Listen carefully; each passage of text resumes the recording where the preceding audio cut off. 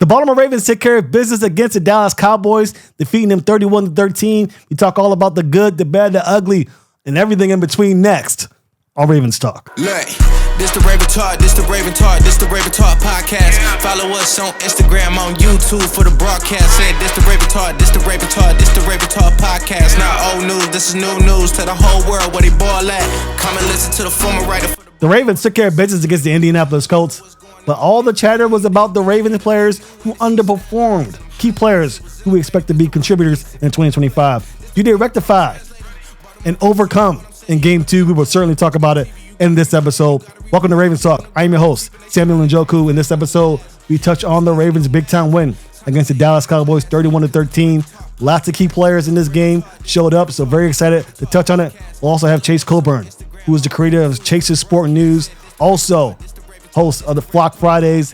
He's a big-time Ravens fan. He knows his stuff. He knows ball. You guys are in for a treat when it comes to Chase's takes. I think you guys will be very interested to see what he has to say in regards to this Ravens game against the Cowboys and who stood out to him. But first, let's get my takes. Ravens take care of business against the Dallas Cowboys, 31-13. A lot of talk in the Game 1 game against the Indianapolis Colts about guys who didn't step up. And there's cause for concern for some of these guys. Very vocal I was. I was very critical of certain players. Did they step up in this game? Let's first touch on the guy who has been all the talk.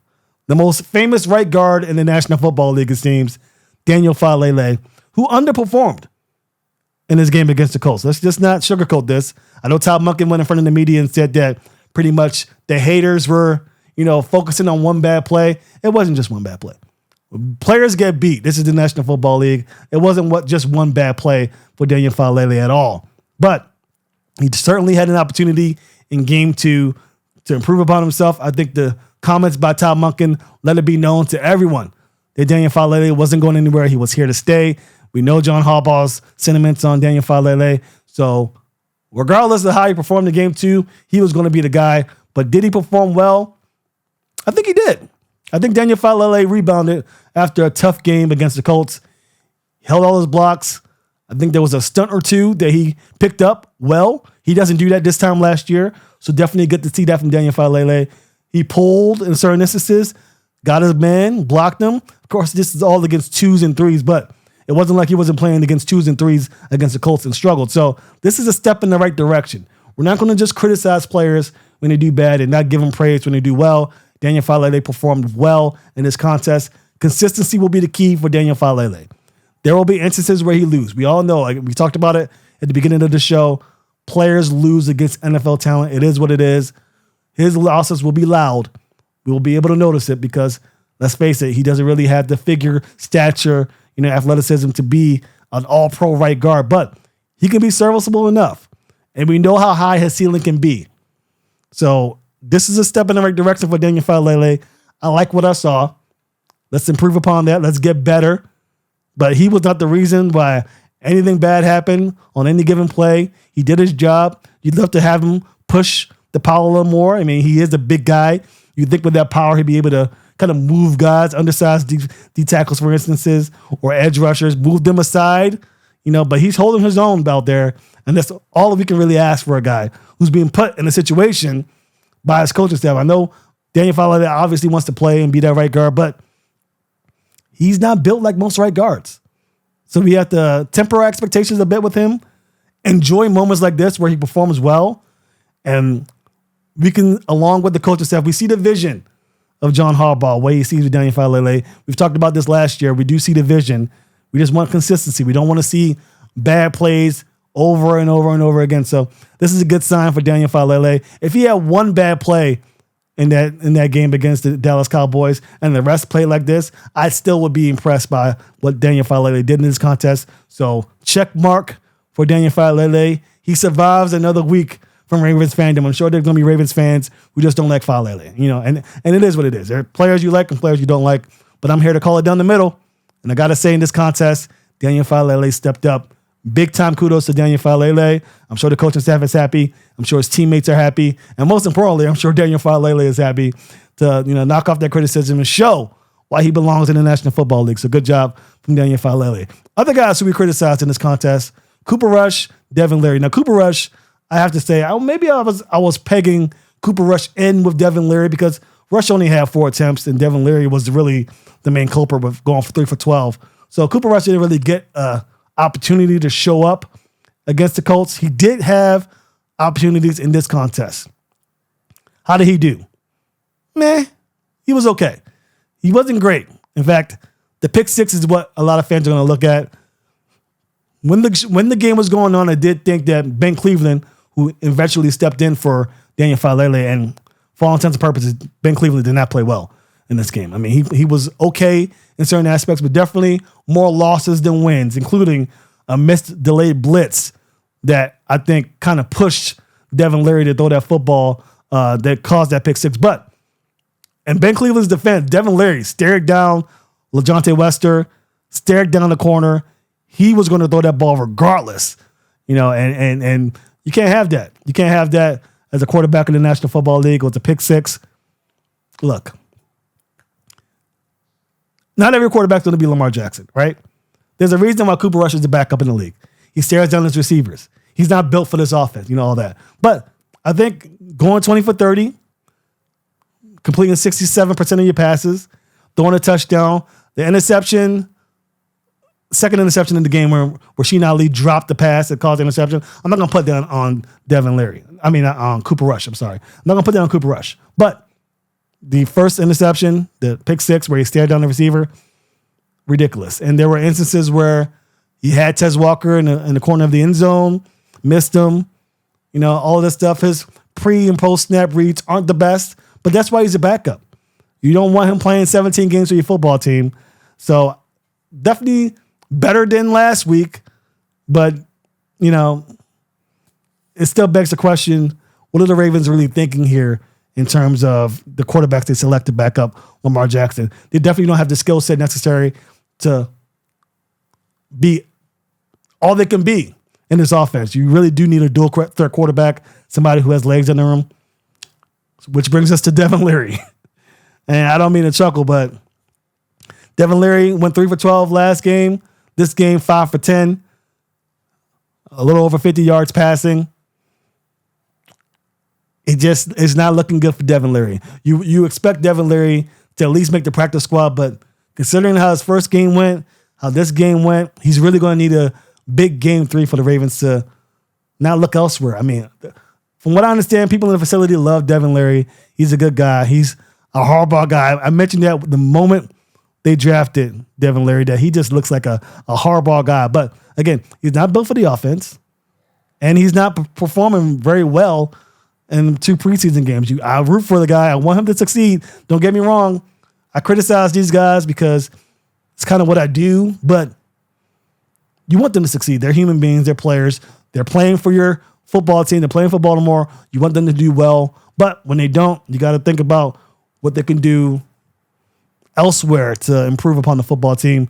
The Ravens played Joe Milton, who didn't play that great either. I know a lot of Ravens fans are like, well, we should get Joe Milton. We should have drafted him. Didn't like that great either. So understand the difference between a starting quarterback and backup quarterback, and having a Pro Bowl, Hall of Fame, All-Pro, MVP, and Lamar Jackson. The gap in talent is going to be dramatic. So I think Ravens fans need to understand that. Sometimes I get a little carried away myself with the criticism, but overall, I think Devin Leary is going to be on the outside looking in on this roster, and Cooper Rush has a $4 million dead cap hit. He's not going anywhere. It'll have to be a massive opportunity to get another player that's massively better than Cooper Rush for the Ravens to move past him. I think the coaching staff likes Cooper Rush as well. They got their favorites. Everybody has their favorites. So I'm not sure Cooper Rush is going anywhere regardless, but Devin Leary is obviously a guy who I think Ravens fans will need to think about in terms of where he is after the regular season begins. When we come back, we'll touch on some other people because there's a lot of players who I wanted to see in action in game 1. I couldn't because of outside forces, but we get a better grasp of who they are as a player. We'll touch on it here next on Ravens Talk. Welcome back to Ravens Talk. Again, we talked about it. Lots and lots of good from players who didn't perform very well against the Indianapolis Colts. They showed up against the Dallas Cowboys. Now we're going to talk about players who we didn't get to see much of in action in week 1 against the Colts, but who I think performed very well in this contest. And let's first start off Tez Walker. Devontae Walker out of North Carolina.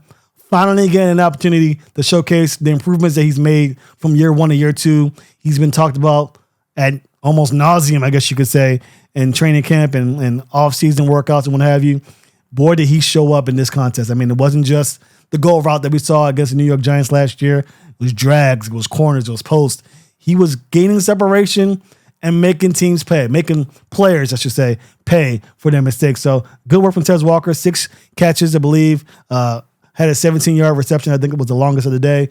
But continues to show that he belongs in the conversation. But not only wide receiver 4, but a prominent role in this offense, I think. I think he has a skill set that is unlike anyone else in the roster. I know people say Rashad Bateman's, the deep threat, but I think Tez Walker can be that elite deep threat where teams are really focusing on keeping guys back in the secondary to give themselves a chance against a guy like this and give him that cushion. He's going to let you pay with the underneath stuff, something that we saw frequently against this contest against the Dallas Cowboys. So we'll see what happens. Tez Walker may be eventually taking playing time away from guys like DeAndre Hopkins, like Mark Andrews. We'll see. This is a guy who looks to be a prominent figure in this offense this year. Not next year, not later on in the season. I'm talking immediately as soon as week 1 against the Buffalo Bills. So I think Tez Walker pretty much confirmed all my suspicions regarding his play.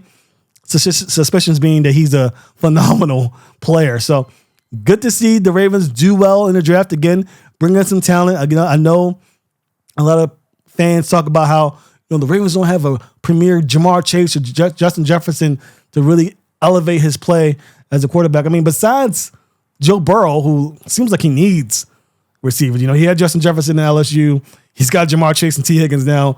I mean, the really, really good quarterbacks don't need a receiver of that stature to make plays. Patrick Mahomes doesn't have a top-tier wide receiver. Josh Allen doesn't.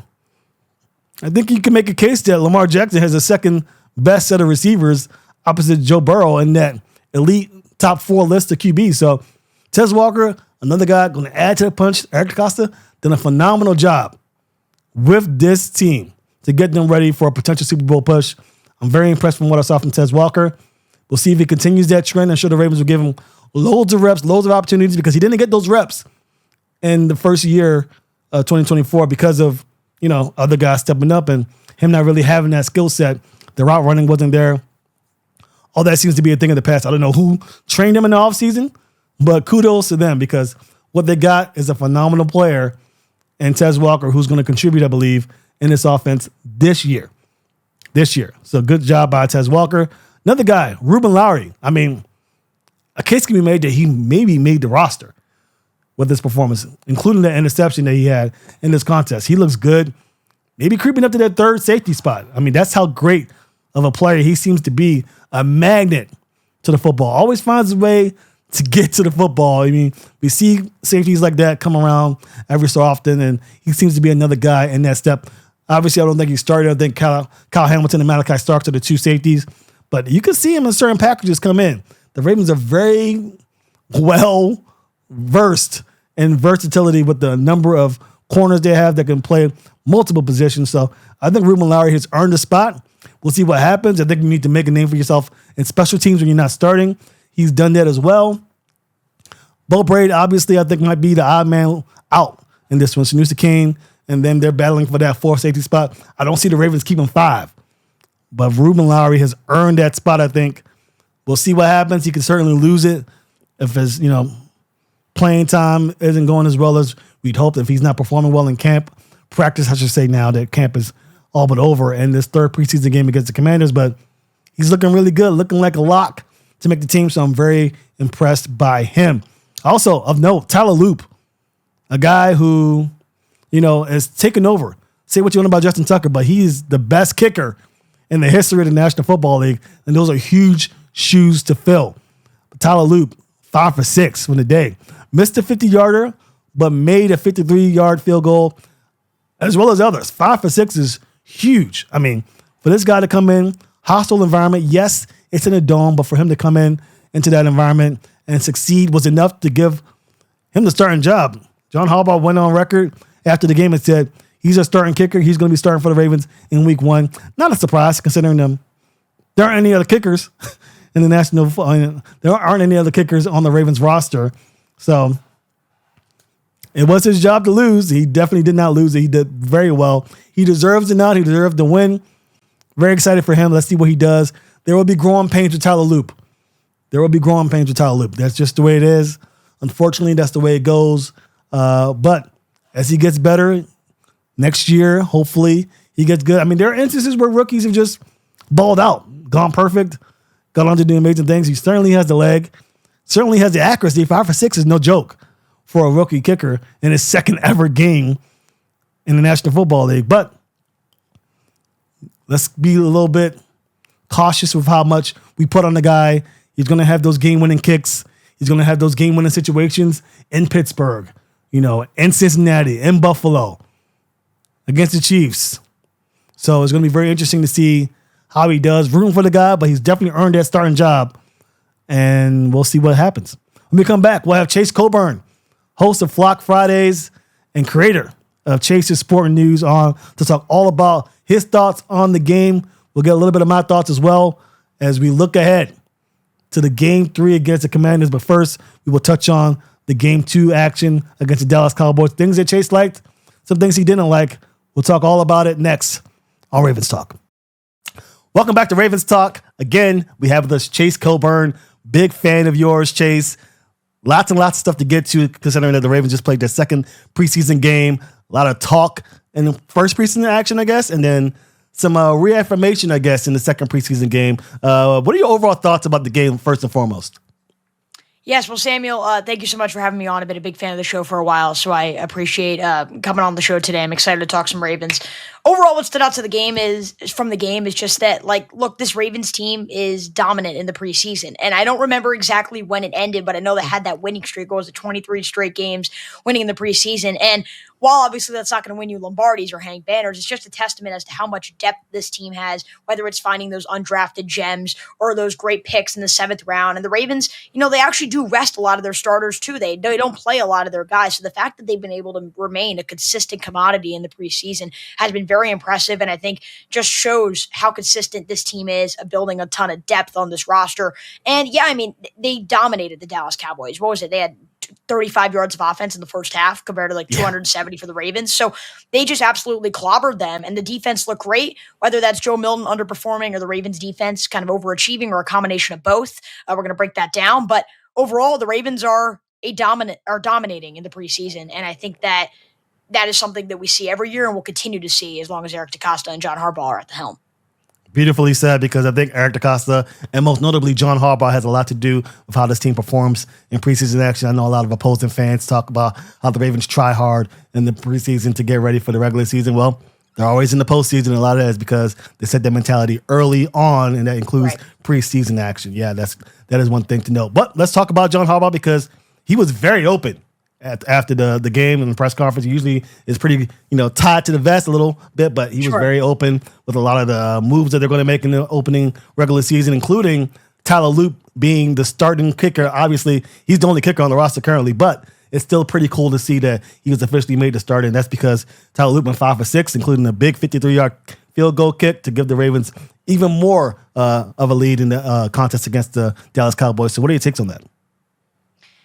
Yeah, I mean, Tyler Loop, there's been such a concern about kicker for Ravens fans because for years they had Justin Tucker, and it's kind of actually the only time Ravens fans have been worried about kicker going into a season since Tucker was a rookie. And this is the first time the Ravens have ever drafted a kicker in the NFL draft. And so I just think there was a lot of pressure and a lot of nerves, the way the whole Justin Tucker situation unraveled, and then now you have a brand new kicker for a team that's hoping to contend. While maybe some fans like to ignore this, while some fans like to ignore this, I think overall fans have to understand that kicking and special teams is so important in the National Football League. And so you need a consistent presence from the kicker spot. I think Tyler Loop was great last night. Again, 5 for 6 from field goals, 2 from 50 plus, missed 1 from 50 as well, but also 2 for 2 on extra points. I like that John Harbaugh just reaffirmed to everybody that yes, he is going to be the starting kicker. I think it kind of instills confidence in him a little bit. And what's clear is he has a leg. We talked about those 2 field goals from 50 plus. That's something he did from Arizona. He has a power leg. I think one of the most powerful in the league, given his age. And that was something where Tucker's always had the power, but last year did not have the accuracy. 6 for 11 from 50 plus last year. So the concern for Loop is going to continue to remain consistency on the shorter kicks. Just being a rookie, I had Valerie Preactor of WBAL 98 Rock Radio on my podcast last week. She said that he struggled on some of these shorter kicks in extra points in training camp and in practice and stuff like that. But he was fine in this game. I also think that you can only take so much. Dallas, it's in a dome, M&T Bank Stadium, kind of familiar there. Once he gets into other environments, we're really going to see how we can adjust and change the way that he kicks, depending on the situation and depending on the circumstance. But overall, I've loved what I've seen from him, and I think he could be a great kicker to succeed Tucker. That is a great point. He hasn't really had opportunities to kick outside of M&T Bank, which will be his home.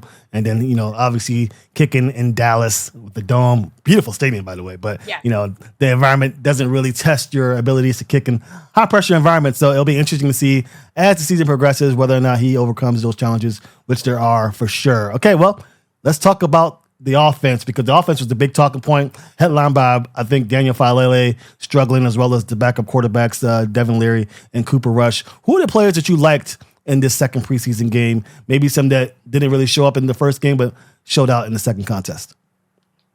Yeah, I think some of the guys I liked on offense. I have a few. It's actually 2 of the running backs that the Ravens have just added recently to try to add into this core, and that's Dearness Johnson and Myles Gaskin. Both ran well. I really love what I saw from Gaskin leading that game. Just a powerful runner. He wasn't afraid of contact. I also think for his age, he's more elusive than people are giving him credit for, and he did have some solid kick returns as well. The NFL experience maybe could keep him on the team, possibly, depending on how he plays these next few weeks. And the same goes for Dearness Johnson. He found some rushing holes, played really well in that first half, obviously had the touchdown as well. I think the only way that one of them grabs a roster spot is if either this hamstring injury for Keaton Mitchell lingers, or if Rasheen Ali continues to disappoint, which I don't want to overreact. I know we could maybe talk about Rasheen Ali. I don't want to overreact to this game. I've been a fan of his since he was in Marshall, had a great bowl game against UConn in 2022, has just continued to rack on great seasons in college, then comes to the NFL. I like what he does on special teams. Just a rough game. I wouldn't overreact to it. But unless Ali continues to disappoint or this injury lingers for Mitchell, I don't see a world where Gaskin and Johnson are on this roster, considering the Ravens are not going to want to keep 5 running backs. 4 is already a decent amount, considering you have Derrick Henry at the helm. And then I also think 2 wide receivers. A lot of people want to bring up Dayton Wade. I was more impressed by the 2 guys, Devontae Walker and Anthony Miller. Obviously, Walker has experience in the NFL, was really great in college. I loved this connection with Lamar Jackson through training camp. Just has a great instinct for the game. He's shifty. He should definitely be the wide receiver 4 in Baltimore behind the core 3 of Zay Flowers, Rashad Bateman, and DeAndre Hopkins. And then Anthony Miller was actually on the playoff roster last year. Small, but he's quick. He's really shifty. He can gain yardage after the catch. Is he going to make the roster? I find it unlikely. He gets in front of LeJontay Wester due to his special teams play and Tyler Wallace because of his experience in the Ravens system. But I also think Anthony Miller could remain a piece in this Baltimore system. Those are the 4 guys that stood out to me offensively.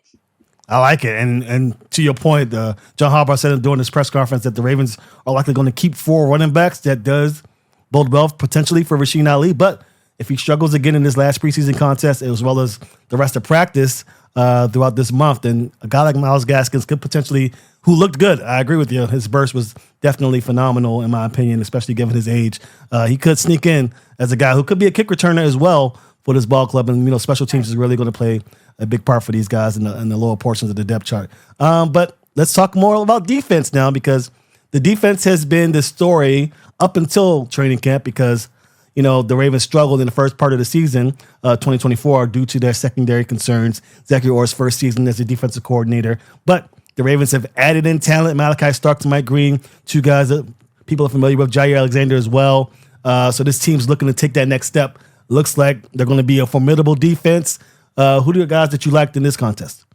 Yeah, and before I touch on that, I got to say, this is going to be a very, very tough Baltimore defense this year to go against, because last year they got off to a slow start. The parallels, I think, between Zach Orr in his first year and Mike McDonald in his first year with Baltimore are maybe going a little bit unnoticed because you kind of start out slow, secondary kind of underperforming, offense has to go crazy in the beginning of the year, and then the defense finally settles in second half. That's exactly what we saw from Mike Macdonald in his first year. Same goes for Zach Orr. And then in 23, we saw Macdonald take that defense to, in my opinion, easily the best in the National Football League, one of the best we've seen in the past decade as they helped the Ravens clinch a number 1 seed. I'm not saying that's going to happen again. The Ravens had a lot of overachieving pieces in that 2023 year, guys like Jadeveon Clowney and others who were there. Matt Abike had that 13 sack season. But I also just think that this coming year, now that you have the core and improved secondary with Jair Alexander and Chidobe Awuzie, as well as Malachi Starks at safety, we could see them take that next step. In terms of the players who did play in the preseason that I liked, I mean, you mentioned him, Mike Green. And I think that, look, we know he has that explosive burst on the edge. We see that all the time. He can work his way through the interior, and that was kind of what impressed me last night. Is we all know he can rush the passer, led the FBS last year in sacks, but I feel like he was also an incredible run stopper last night. He'll just be a monster, in my opinion, in Baltimore. I'm excited to see what he'll do. Anais Peebles, I also think was really impressive. Great hands at the line of scrimmage. I know you tweeted last night that you were impressed with what he was doing, and I absolutely agree with you. In the first preseason game, he batted down a few passes. Just a twitchy player for his size as well. So I think he'll make the roster for this Baltimore team. His preseason showing has definitely helped his case. Malik Ham, I also did like, an outside linebacker. Made a few plays behind the line of scrimmage. He was physical, has experience in Baltimore. I know he hasn't technically played in the NFL yet. Maybe he could make the roster if Adisa Isaac is hurt, if the Ravens do want to keep a sixth pass rusher, which I doubt. It's still going to be an uphill climb, but he had a great preseason game last night, and I want to break him down a little bit more later in terms of possibly earning a roster spot. But Jay Higgins, I've been so impressed with. I think he should make the roster at inside linebacker. Forced a turnover again, forced a turnover in week 1 of the preseason as well. Just a good instincts, good movement, good feel for the game, high motor. I'm excited to see what Jay Higgins could do. I want him to be a part of this roster long term. Yeah, it's going to be very interesting because that second inside linebacker spot is up for grabs. I mean, Trenton Simpson, started off hot in training camp, hasn't really flashed the first 2 preseason contests. Teddy Buchanan's looked good. That spot last year, like he had the opportunity to take that position. It was his as a second or third round pick coming out of the 22 draft or 23 draft, excuse me. So look, we'll see what happens. But Trenton Simpson has taken a lot of time to get that role, and others could possibly creep their way into that position next to Roquan. What are your thoughts on Teddy Buchanan potentially being that guy? I like Teddy Buchanan. I just think that, is Teddy Buchanan going to be consistent enough in his rookie year is going to be the question. Now, obviously, the Ravens can't do this again because the secondary suffered, but obviously you saw Kyle Hamilton play inside last year to help out. You can't see that happen again. Personally, I would give the job to Simpson. He does look improved in training camp. It does look like he's put on a little bit of weight, and he looks like he's a little bit stronger, which I'm excited about. So I would give the job to him, but I think it's a tough position because last year, the back half of the year, kind of the back end of the year after the bye week, Zach Orr and John Harbaugh, they utilized Malik Harrison and Chris Board a ton and kind of flip-flop them in that inside linebacker role after Trenton Simpson lost the job. They're both gone. And so not having those kind of security blanket depth pieces, I think is really going to hurt this team. Yeah, and I wonder, a lot of fans are saying, well, the Ravens are going to play a lot more nickel and dime because of the versatility they have on that secondary. But I know the Ravens, when they get into that 3rd and 1, 4th and 1, you want your big guy linebackers, maybe goal line stances. You want to get some linebackers in there, and just having Roquan Smith won't be enough. So you're going to need to get one of these guys, even in those 3rd and short situations, maybe, get bigger at linebacker, and you want a guy like Trenton Simpson or, Higgins to come in and be that guy. So I think, again, to your point, Simpson probably should be the guy, but he is leaving a lot of opportunity for these other guys to step over him. So it'll be interesting to watch that as the season progresses. I think he'll probably start as the starter behind Roquan Smith. So interesting takes. Yeah, and I also think too that a lot of Ravens fans won't want to bring it up because of now this rivalry between Patrick Queen and the Ravens. But it is apparent that Patrick Queen helped make Roquan Smith better, and vice versa, clearly, because Queen struggled in Pittsburgh. So a lot of people were saying last year it was a down year for Roquan Smith. He still was a first-team All-Pro, one of the best inside linebackers in the league. But the Ravens do need to find a consistent presence next to him because when Patrick Queen was there, it helped him so greatly. And I think we could see Roquan return to that elite level, top 20 player in the league that he was considered going into last year if they can find a consistent presence next to him. You're 100% correct. I've been one of the guys that were critical of Patrick Queen, didn't think that his absence would hit the Ravens as hard as it did, but it has certainly shown that he was the yang to Roquan Smith's yang, and vice versa, as you mentioned, because his time in Pittsburgh hasn't been all that eventful, at least after one season. So, yes, the Ravens do need to find a consistent linebacker opposite Roquan Smith who can perform and do the things that Roquan can't and help out his team because, they're going to need Roquan Smith. And I hope he's enjoying the winning side of the rivalry, PQ. We'll see you 2 times this year. Exactly. Well, I mean, he had a good game the first contest. He had that strip fumble. I'm sure he's hanging his coattails on that, but not much to show for it outside of that. Let's get to the next contest. I know I had some more stuff for you. Okay, let's talk about people whose stock went down in this preseason action because there has been some guys who I thought for sure would be stepping up and taking the next step, really haven't, and other guys who may be fighting for a roster spot who hasn't shown up. So let me get your guys' stock down players. I'm going to start with Rasheen Ali. We mentioned him earlier. Just for a guy who is now going into year 2 with some expectations in Baltimore, it felt like it was like secure. Like, yeah, he's going to make the roster as a kick returner or whatever. It was kind of the running back 3 last year at times. Just disappoints. And look, I don't want to overreact to it. That drop pass was bad. It's a Ravens classic, a pass that deflects off of their target's hands and then goes to the defender. Lamar Jackson has a ton of experience having to deal with that.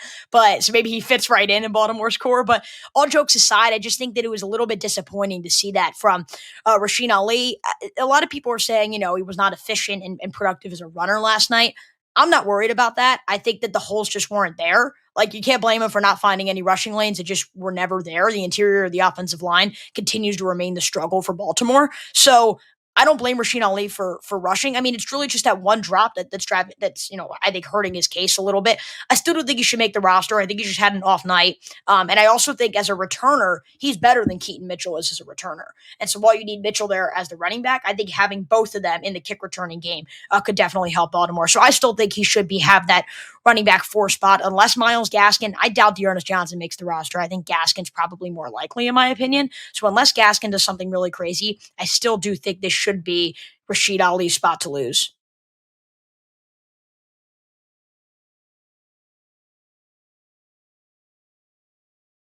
So look, I think Ali will make the roster as the running back 4. I think Myles Gaskin would really be the one who would have to compete with him. I don't think Dearness Johnson will really have that opportunity. I think it would be Gaskin if there is going to be anyone competing with him. But because of the special teams value and because of his play of Marshall, I do think Ali will make the roster. Just a really rough night, though, in Dallas. And the both quarterbacks I have the stock down on. And look, I don't want to overreact too much to Cooper Rush. Obviously, had tunnel vision on the pick 6, targeting LeJontay Wester. And then the second one, again, deflected off of Ali's hands. I'm not going to blame him for that. But I think it's just a general just concern for the Ravens, for their quarterbacks recently. They have not found guys who are mobile. They found these guys in their 30s or guys who are more pocket, type guys. And look, I understand that the offensive scheme has changed under Todd Monken than it was in Greg Roman's system, but Tyler Huntley was like the perfect backup for Lamar Jackson when Greg Roman was offensive coordinator, because the Ravens still run the ball a lot more than they pass it, just in terms of, they always lead the league in rush attempts and are towards the bottom in pass attempts. That started to kind of fizzle out in recent years, but it's still pretty much that hardcore balance or lack thereof. So I think that you want a quarterback who has the scrambling ability, and Rush doesn't have that, nor does Leary. I never understood the Leary pick to begin with. I think he lacks mobility outside the pocket. He struggles on passes outside the numbers. I'm not impressed by Devin Leary at all. I would not be shocked if he's not even a part of this team. I guess you could put him on the practice squad, but I'm not impressed with him. I think Rush will be fine, but again, just similar thing now in his 30s. God forbid Lamar Jackson does go down with an injury, which is something the Ravens have dealt with in previous years. Is Rush the guy to fit in that system? He fit in Dak Prescott's system in Dallas, which is sit back, drop, pass the ball, find your receivers. The Ravens have a different kind of system with Derrick Henry and with their, Isaiah Likely's and Zay Flowers of the world. They run a unique type of offense. And can either of those quarterbacks fit that system will be the question that Ravens fans won't want to have to answer. They hope Lamar Jackson can stay healthy on the field, as I knock on wood here for this Ravens team. But I think overall, both quarterbacks lack a mobility. In case Lamar Jackson does go down, that could hurt them in future games. Yeah, I mean, they're in my stock down as well. Cooper Rush staring down. Wester definitely wasn't great. Another stock down for me, I think, is Ben Cleveland. I think he had an opportunity with the Daniel Faalele pressure to really set the tone and be that guy that steps up, but I don't think he did so. But all those guys, Cleveland, just color me unimpressed. I feel it feels like for a while now he's going into year 5 in the NFL, so he's had his time to prove that he could be a solid piece for this Ravens offensive line. If he's not that now, he's not going to be that in the future. So a lot of Ravens fans on Twitter want to make fun of the fact that John Harbaugh is very hard on him, but going into year 5, we're not going to give this guy a free starting, or the Ravens are not going to give this guy a free starting job just for being on the team for 5 years. He has not impressed in any of his opportunities at the pro level, in training camp, in the preseason. I think Faalele does deserve that job. I do think he's had a bad preseason, but he's played better in the actual NFL games, and I think that has to be taken into account as well. Yeah, I think last year maybe you could have made a push for it because Daniel Faalele was awful at the beginning of the 2024 season, but he progressed to where I think he is he is better than Ben Cleveland. I think that's been shown. I think the coaching staff has a little bit of a I told you so for themselves this week. Is I think Daniel Faalele played serviceable, good enough. You don't need to have 5 all-pro offensive linemen on the team. I mean, he's good enough. He's serviceable enough. He held his blocks in this preseason game. You hope to see more of that. He's going to make mistakes. They're going to be loud mistakes. You're going to see him and notice them. But overall, I think he's going to be a decent right guard for this team, hopefully, as the Ravens make that push to a championship, hopefully, as well. Okay, what about... The Ravens are just going to have to hope on the right side that Roger Rosengarten can hold that spot at tackle, because if Stanley stays healthy, Lamar Jackson's going to be solid with Ronnie Stanley. Tyler Linderbaum's in the middle. If Roger Rosengarten can be the piece that take the year 2 leap that a lot of people are expecting at right tackle, then I think the Ravens will still be in solid shape, even if the interior of the offensive line is a little shaky. Be very interesting if Ronnie Stanley goes down, if the Ravens move Rosengarten to the left side and then have another tackle on the right. Because maybe, it's going to be interesting. Didn't look great in the preseason action either. Right. I would hope that they don't do that, but I mean, maybe he gets better as the year progresses. It probably was just a bad game. Again, don't want to overreact just preseason, but things to think about as the season gets going. Yeah. Let's talk about guys who we believe will make the roster after 2 preseason games. There is 1 game to go, but I think some of these guys you mentioned may have a good shot to make this roster, considering how they perform both in preseason action and in training camp. So, the main one to me is, kind of as I'm speaking, I'm also pulling up my own 53-man projection that I made earlier this week for the Baltimore Ravens. And the one guy that I had on there even before last night's game, as I mentioned him earlier, it's Jay Higgins. To me, I think he should definitely make this roster, considering the glaring hole we talked about at inside linebacker next to Roquan Smith. Again, good instincts. He's physical. He can force turnovers, just a really high motor. The guy's just so aggressive, which I love from an inside linebacker.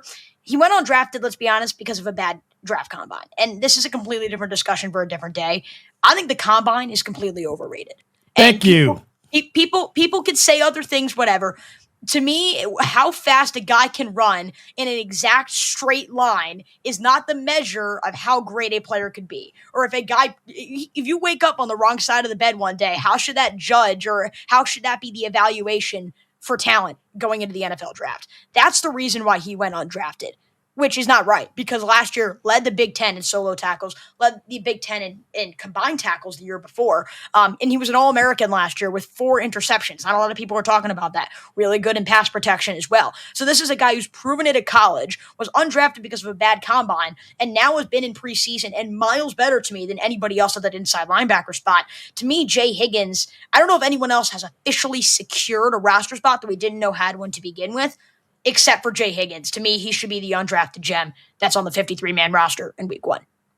I'm very excited about Jay Higgins. Maybe he starts week 1. Maybe we're seeing something that the coaches are seeing, and potentially I agree with you. I'm totally against the combine. I understand in fact, for me, the combine is just a chance for NFL teams to interview these players and get them, right, especially the quarterbacks, get them a one-on-one. Like a networking event for the NFL general managers. Exactly, yes. It's like check in on you. All right, you've been out for 2 months. What's up? Exactly. It's that. 40-yard times, I'm not worried about. Shuttle times, sure, maybe. Bench press, I mean, what are we doing here? So I agree with you. The film tells the story. The combine should not determine how far you fall in the draft or whatnot. So Ravens used it to their advantage, get a gem, an inside linebacker apparently, and I agree with you. I think he is most likely going to get this roster spot. Other guys for me, guys who I guess we would expect to get a roster spot. Wester, I think Ruben Lowry, who had an interception in that game, I think that he might have secured that 3rd safety spot almost. I mean, we'll see what happens in the 4th preseason contest, but I think Bo Braid Do you think may there's any be. chance the Ravens add a veteran there, though? Because it feels like they need another consistent presence in case Hamilton or Starks goes down. I thought about it. I've been almost clamoring for it, but I think they've seen enough from Ruben Lowry that they may go against it. I think Bo Braid's taking a step back, I think, in the eyes of the coaching staff. So we'll see what happens. So there is a shot that they go veteran safety. I think they probably would feel better about themselves going in this to secure a veteran just in case a guy like Kyle Hamilton or Malachi Starks goes down. But I think right now they're going to stand pat. I think same thing with the right guard spot. I think a lot of people thought that they'd get Brandon Scherf. Brandon Scherf announced his retirement. He's like, bye-bye, I'm not doing this stuff so I'm not anymore, doing this anymore. Yeah, so another opportunity to get a player dissipates, but we'll see. I think that they're going to stand pat for now. Lots of things change between now and the start of the regular season. We know that when the roster cuts happen, people who we thought would be on teams get cut. So there may be a shot for a veteran to come in, both at offensive line and safety. But you're right. But for me, I think Ruben Lowry has made his case to be on this roster as well. We'll see. Yeah. Well, thank you so much, Chase. You've been a gem. Very good talking to you. Clearly, you know ball. Let the people at home know where they can find you and what you're working on. Yes, Samuel, thanks for having me on. Yes, Chase Coburn, you want to follow me on Twitter. Chase Coburn at Cool Sports Kid is my handle. And then on YouTube, Samuel maybe put this in the description below. Chase's Sports News on YouTube. And then I have a series every Friday, Flock Friday, where we break down the Baltimore Ravens. So really excited for a great season. We had Samuel on a few weeks ago to break down the top 10 Ravens. It's our highest performing video yet on Flock Fridays. So that's just the Samuel and Njoku touch right there. So yes, guys, please be sure to check me out. I have a lot of cool Ravens stuff. And Samuel, I appreciate you having me on the show. I'm a huge fan, so was really happy to talk some Ravens football with you.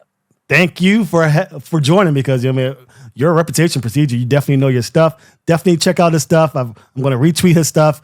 Get his stuff in the description below so you guys can join him. I appreciate you again, Chase, for having us, or for coming on to the show, I should say. And definitely going to have you on again very soon during the regular season to talk some Ravens football. When we return, we will have more topics, more discussion as we close out the show here on Ravens Talk as the Ravens get prepared for the season opener. But before that, a preseason game 3 against the Washington Commanders. We'll talk next here on the Ravens Talk podcast.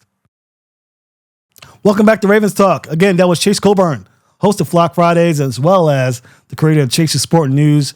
Definitely a pleasure to have him on. 100% knows his stuff. Huge fan of his. Glad you guys got to see a taste of what he brings to the table. So make sure you follow him on social media. Make sure you follow his podcast and his work on YouTube. A link to his work will be in the description as well. So very much appreciative of him joining us. Lots of good points by him. I mean, we have guys here who have an opportunity to make this football team and make an impact immediately.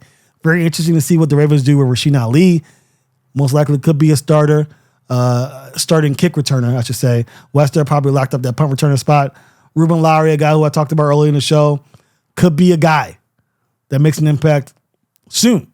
I mean, hopefully, barring any unforeseen circumstances with injury, he's a guy that can come in and the Ravens won't miss much of a beat. Very interesting with the safety position being a concern because the Ravens struggled so much in 2024, so the Ravens need to do a good job of keeping talent that will be a positive for this franchise.